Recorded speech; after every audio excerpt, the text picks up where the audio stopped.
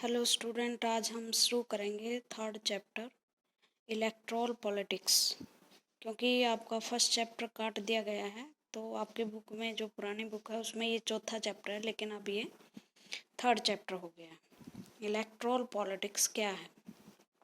देखो, मैंने आपको बताया था कि हमारे देश में एक डेमोक्रेटिक गवर्नमेंट है और डेमोक्रेटिक गवर्नमेंट के चलाने के दो तरीके हैं, एक डायरेक्ट डेमोक्रेसी और एक इनडायरेक्ट डेमोक्रेसी। याद हो आपको, पिछली वीडियो में ये आपको मैं डेफिनेशन दे चुकी हूँ। डायरेक्ट डेमोक्रेसी का मतलब होता है जिसमें लोग जो हैं वो वोट देकर वोट नहीं देते, बल्कि एक मैदान में खुद ही खड़े होते हैं, इकट्ठे होते हैं और हाथ उठाकर अपनी सहमति देते हैं। उसमें ऑल पार्टिसिपेंट करते हैं, जो ऑल सिटीजन्स हैं ना, वो जो आपके डिसीजन मेकिंग या पॉलिसी मेकिंग है उसमें पार्टिसिपेट करते हैं। ये कब होता था? जब सिटी स्टेट हुआ करती थी, जब छोटे छोटे राज्य हुआ करते थे और राज्यों की जनसंख्या जो है वो 1,800 1,500 ऐसे हुआ करती थी। जैसे एक ग्रीक पॉलिटिशियन है प्लेटो, उन्होंने कहा कि आदर्श राज्य की पॉपुलेशन 5,040 होनी चाहिए। इसका मतलब होता है कि वो ऐसे राज्य थे जो जिसमें जनसंख्या आपके गांव जितनी भी है। एक एक गांव हमारा मीडियम जो किस्म का गांव है उसमें क्या है, 5,000 तो वोटर हो जाते हैं। तो पहले ऐसे राज्य होते थे जो उन्होंने डायरेक्ट डेमोक्रेसी नियुक्त की जाती थी। अब जो कुछ भाग स्विट्जरलैंड के हैं उसमें कुछ जगहों पर कुछ कैंटेन वहाँ राज्यों को कहा जाता है। कैंटोन में डायरेक्ट डेमोक्रेसी है। डायरेक्ट डेमोक्रेसी का मतलब कैसे है? वो ऐसे तो नहीं है कि हाथ उठा के। वहाँ क्या है, अगर आप कॉन्स्टिट्यूशन में कोई रूल जोड़ना चाहते हैं या कोई नया लॉज बनाना चाहते हैं या किसी लॉ को हटाना चाहते हैं, मतलब कॉन्स्टिट्यूशन में आप क्या करना चाहते हो, अमेंडमेंट करना चाहते तो वो अमेंडमेंट करके गवर्नमेंट को जनता के पास रखना होता है, जनता की सहमति के लिए जनता के सामने रखना होता है कि जनता उसे सहमति देगी या नहीं। अगर 30,000 या 50,000 लोग ना कर दे कि नहीं, हमारे ये अमेंडमेंट नहीं लागू होना चाहिए, तो वो अमेंडमेंट लागू नहीं होता। इसका मतलब लोग सीधे सीधे डिसीजन मेकिंग में भाग लेते हैं। हमारे यहाँ ऐसा नहीं होता। हमारे यहाँ तो हम क्या करते हैं, पर रिप्रेजेंटेटिव को भेज देते हैं। जो हमारे रिप्रेजेंटेटिव होते हैं, प्रतिनिधि होते हैं, उनको हम भेज देते हैं और वो हमारे बिहाफ पे निर्णय लेते हैं। ऐसा ही होता है ना। अब इस तरह की डेमोक्रेसी जिसमें हम स्वयं भाग नहीं लेते, सिटीजन स्वयं भाग नहीं लेते, बल्कि उनके बिहाफ पे कोई और डिसीजन लेता है। जैसे ये यहाँ मान लो सिटीजन्स हैं और इनकी जो जनसंख्या है हमारी तरह 130 करोड़ के करीब है। तो सब 130 करोड़ जनसंख्या ना तो इतनी काबिल होती कि उसे प्रशासनिक कार्यों का ज्ञान हो, ना उनके पास इतना टाइम होता, और ना ही ये किसी तरह से दिखाई दे रहा, रेलिवेंट लग रहा कि सारे लोग पार्टिसिपेंट करें। तो ये क्या होते हैं, तीनों ने मिलकर, मान लो 3 करोड़ लोगों ने अपना एक प्रतिनिधि, हमारे यहाँ 20 लाख पे चुना जाता है, इनने अपना एक प्रतिनिधि चुन लिया और उन्होंने अपना एक प्रतिनिधि चुन लिया और ये फिर कहाँ जाकर बैठते हैं, आपकी संसद में जाकर बैठते हैं। और यहाँ जब ये इकट्ठे होते हैं सारे देश से, कोई यहाँ बैठता है, कोई यहाँ बैठता है, तो ये क्या लेते हैं, ये निर्णय लेते हैं।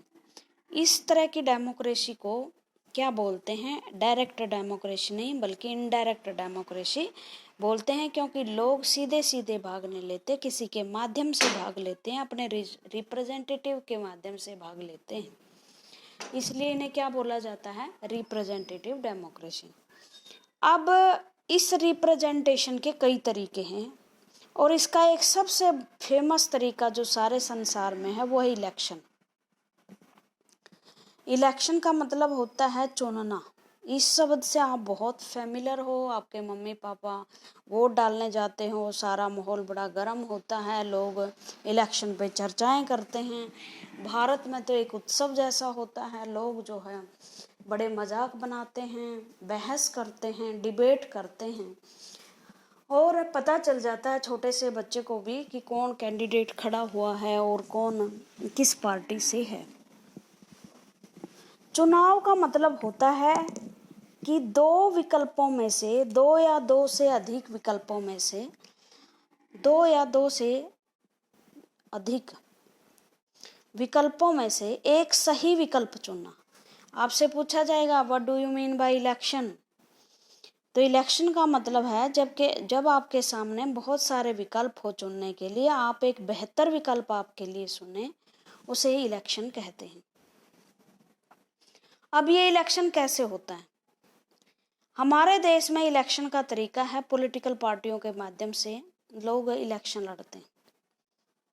क्या और भी तरीके हो सकते हैं पॉलिटिकल पार्टीज के अलावा? अगर पॉलिटिकल पार्टी नहीं है किसी देश में तो क्या चुनाव संभव है?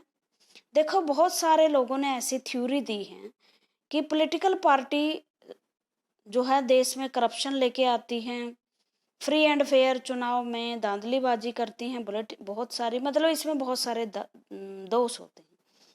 इसलिए बहुत सारे जो थिंकर थे उन्होंने कहा कि पॉलिटिकल पार्टी नहीं होनी चाहिए। जैसे अमेरिका का जब संविधान बना और वहाँ के जो फर्स्ट राष्ट्रपति बने वाशिंगटन, उन्होंने अमेरिकन पॉलिटिक्स को राजनीतिक दलों से दूर रखने का बड़ा प्रयास किया, क्योंकि वो ब्रिटेन में पार्टी पॉलिटिक्स की जो बुराई है वो देख चुके थे। लेकिन कुछ समय बाद ही अमेरिका का में सिस्टम बदला और पॉलिटिकल पार्टियों को जगह मिल गई, और अब ये एक महत्वपूर्ण भाग, इम्पोर्टेंट पार्ट ऑफ पॉलिटिक्स का हो गया है। दो पॉलिटिकल पार्टियां वहां चुनाव लड़ती।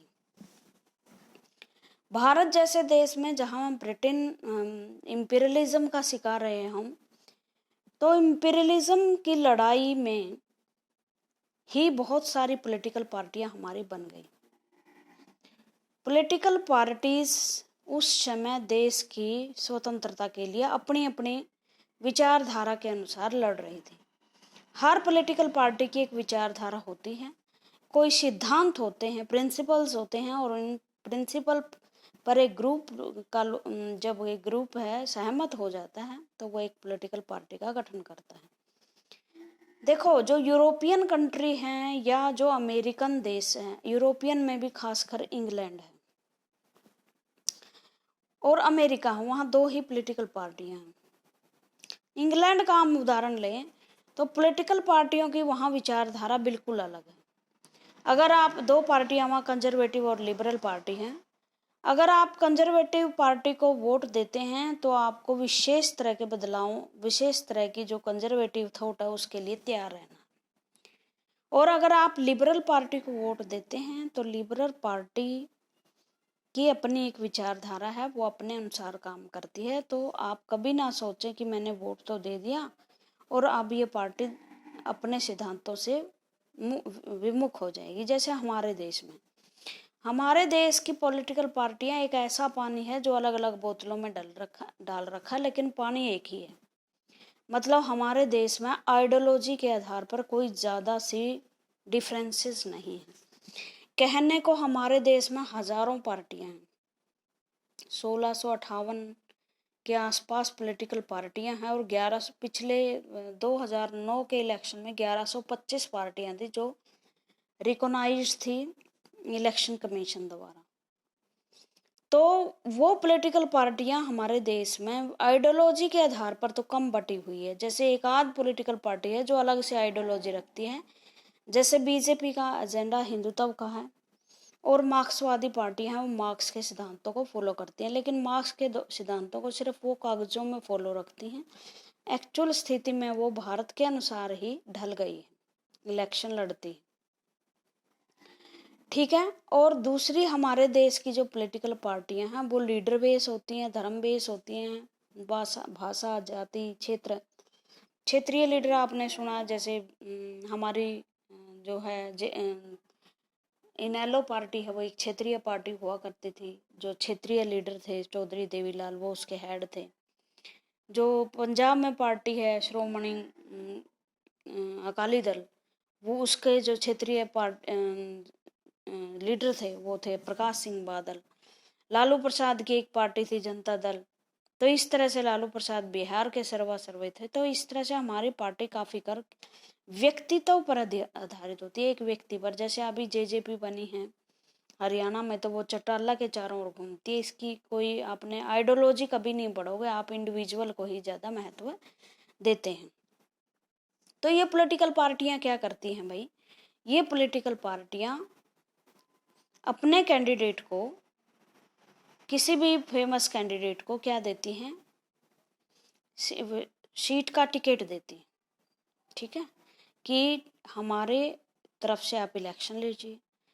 टिकट लेके वो व्यक्ति चुनाव लड़ता है, और जब वो बहुमत में से जीतता है तो वो क्या बन जाता है, वो एमएलए एमपी बन जाता है। एमएलए का मतलब है MLA, member of legislature assembly. जैसे हरियाणा की एक विधानसभा है जिसे लेजिस्लेचर असेंबली कहते हैं, उसका अगर मेंबर है तो वो एमएलए होगा, जो भारत में हरियाणा में 90 हैं। और MP member of parliament, Lok Sabha और राज्यसभा दोनों के जो मेंबर हैं वो क्या कहलाएंगे, मेंबर ऑफ पार्लियामेंट, लोकसभा और राज्यसभा।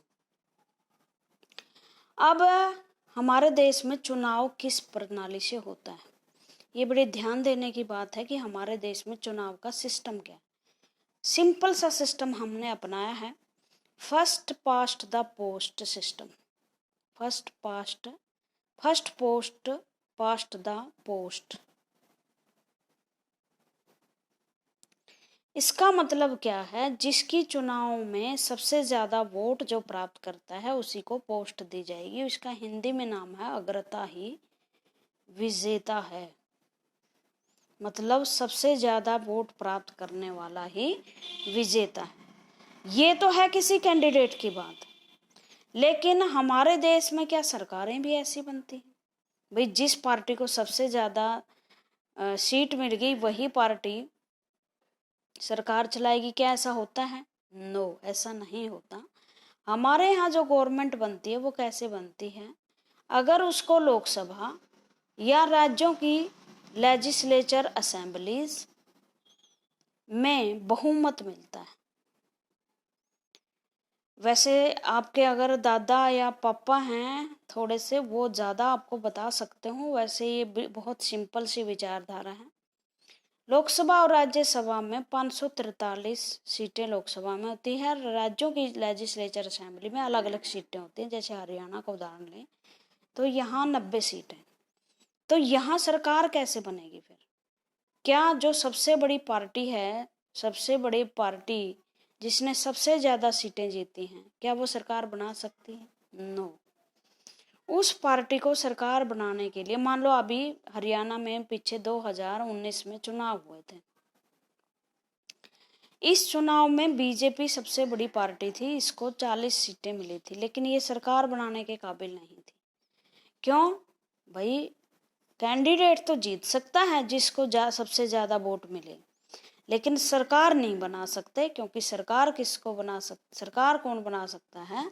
सरकार वही लोग बना सकते हैं जिसको 50% +1 सीटें प्राप्त हों लेजिस्लेचर असेंबली या सेंटर लेवल पे। ये तो राज्य की सरकार बनेगी, स्टेट की गवर्नमेंट बनेगी जैसे हरियाणा की, और ये बनेगी लोकसभा में अगर 50% +1 मतलब 543 का आधा +1, अगर इतनी सीटें मिले तो सेंटर यूनियन की गवर्नमेंट बन जाएगी, सेंटर गवर्नमेंट बन गई।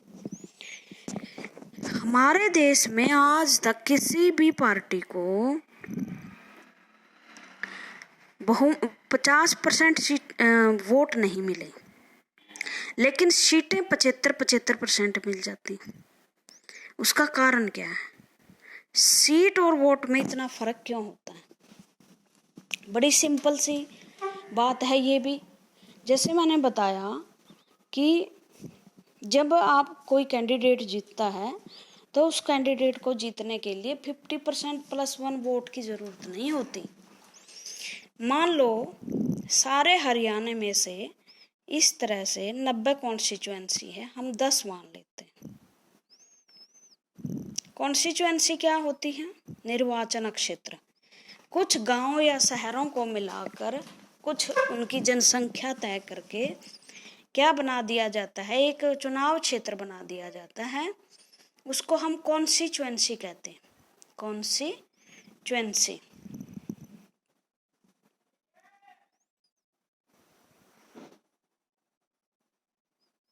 चुनाव क्षेत्र, ठीक है। मान लो ये जींद की कॉन्स्टिट्यूएंसी है या उचाना की। जींद में 5 है लेजिस्लेचर असेंबली की, हम जींद की कॉन्स्टिट्यूएंसी मान लेते हैं। हर लोकसभा की सीटें कितनी है हरियाणा की? 10 हैं, तो हम लोकसभा को मान लेते हैं कि लोकसभा का डाटा इकट्ठा कर रहे हैं। ठीक है भाई, 10। जींद में की कॉन्स्टिट्यूएंसी है ये, इसमें कई लोग खड़े हैं।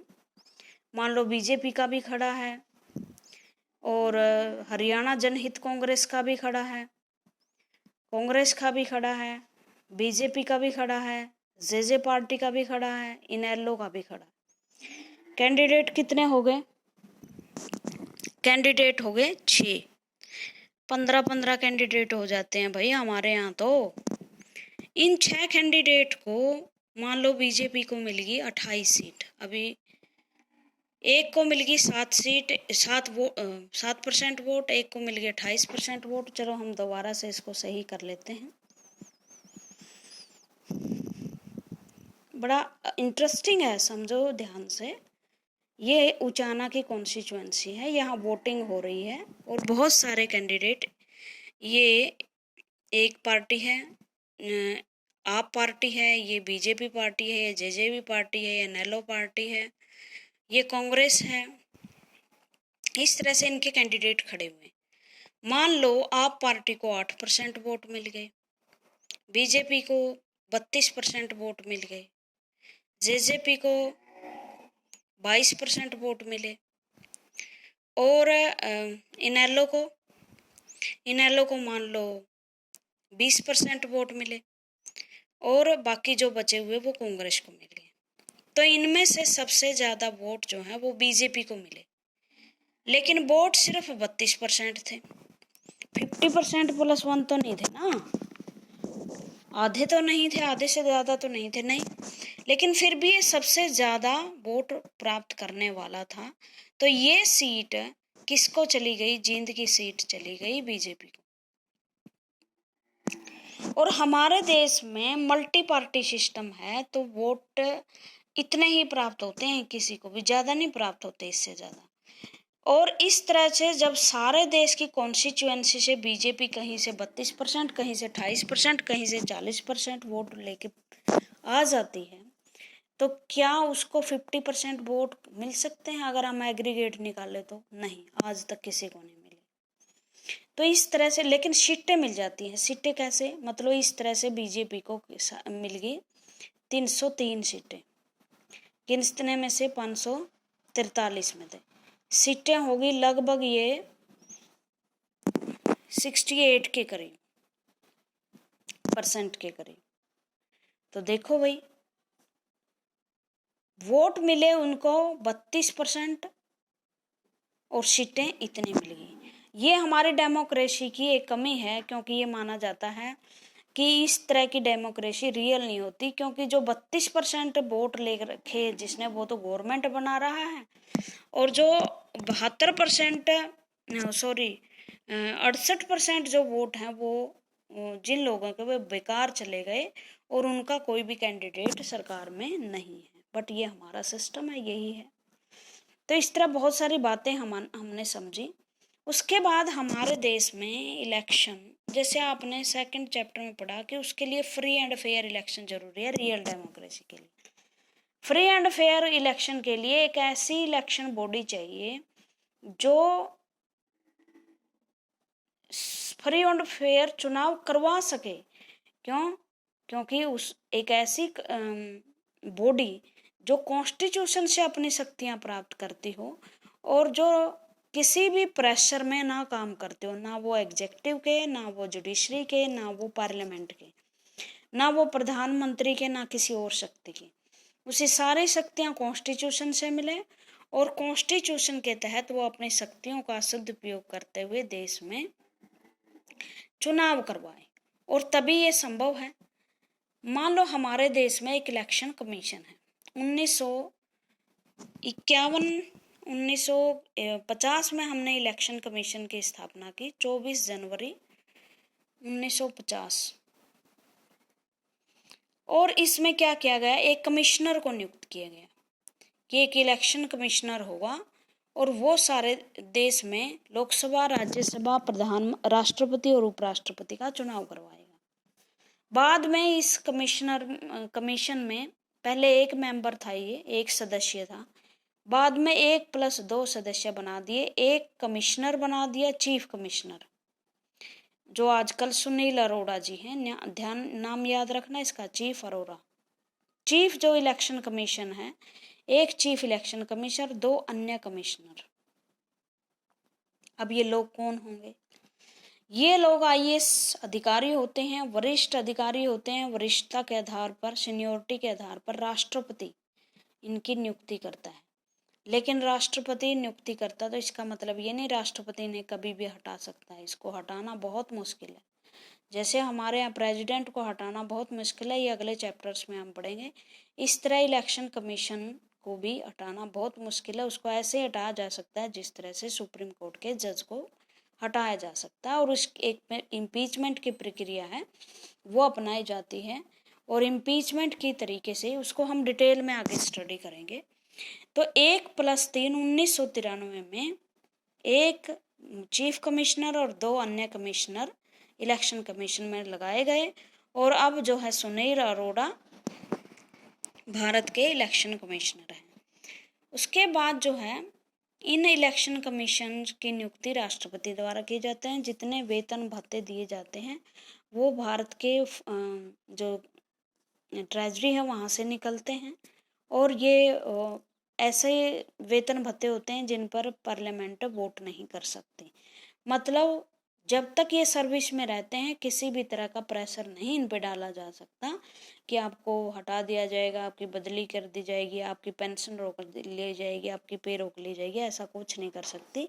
इसलिए हमारे देश में अब तक 17 लोकसभा के इलेक्शन हो चुके हैं और बहुत ही अच्छे इलेक्शन हमारे यहाँ कंडक्ट हुए हैं।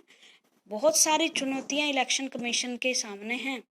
पहले जब इलेक्ट्रॉनिक मशीन नहीं थी तो रिजल्ट बदलने की प्रेशर डाले जाते थे। वोटर ID कार्ड नहीं थी तो धांधलीबाजी से बहुत ज़्यादा वोट डाले जाते थे। और बूथ कैप्चरिंग होती थी, लोग मतपेटियाँ उठा उठा के ले जाते थे। लेकिन अब मिलिट्री बुलाई जाती है, CRPF जवान तैयार होते हैं और कहीं भी इस तरह की बातें अब बहुत छुटमुट रह गई हैं। और दूसरी बात, हमारे यहाँ वोटिंग का जो आंकड़ा है वो बहुत ज़्यादा, लगभग 70-72% लोग हमारे यहाँ वोटिंग करने जाते हैं। जबकि ये माना जाता था कि ये एक अनपढ़ देश है, इसमें कैसे वोट डालेंगे लोग। लेकिन बहुत अच्छे से लोगों ने इस चीज़ को फॉलो किया। आज के लिए इतना ही। कल से मेन चैप्टर हम शुरू करेंगे। Thank you very much.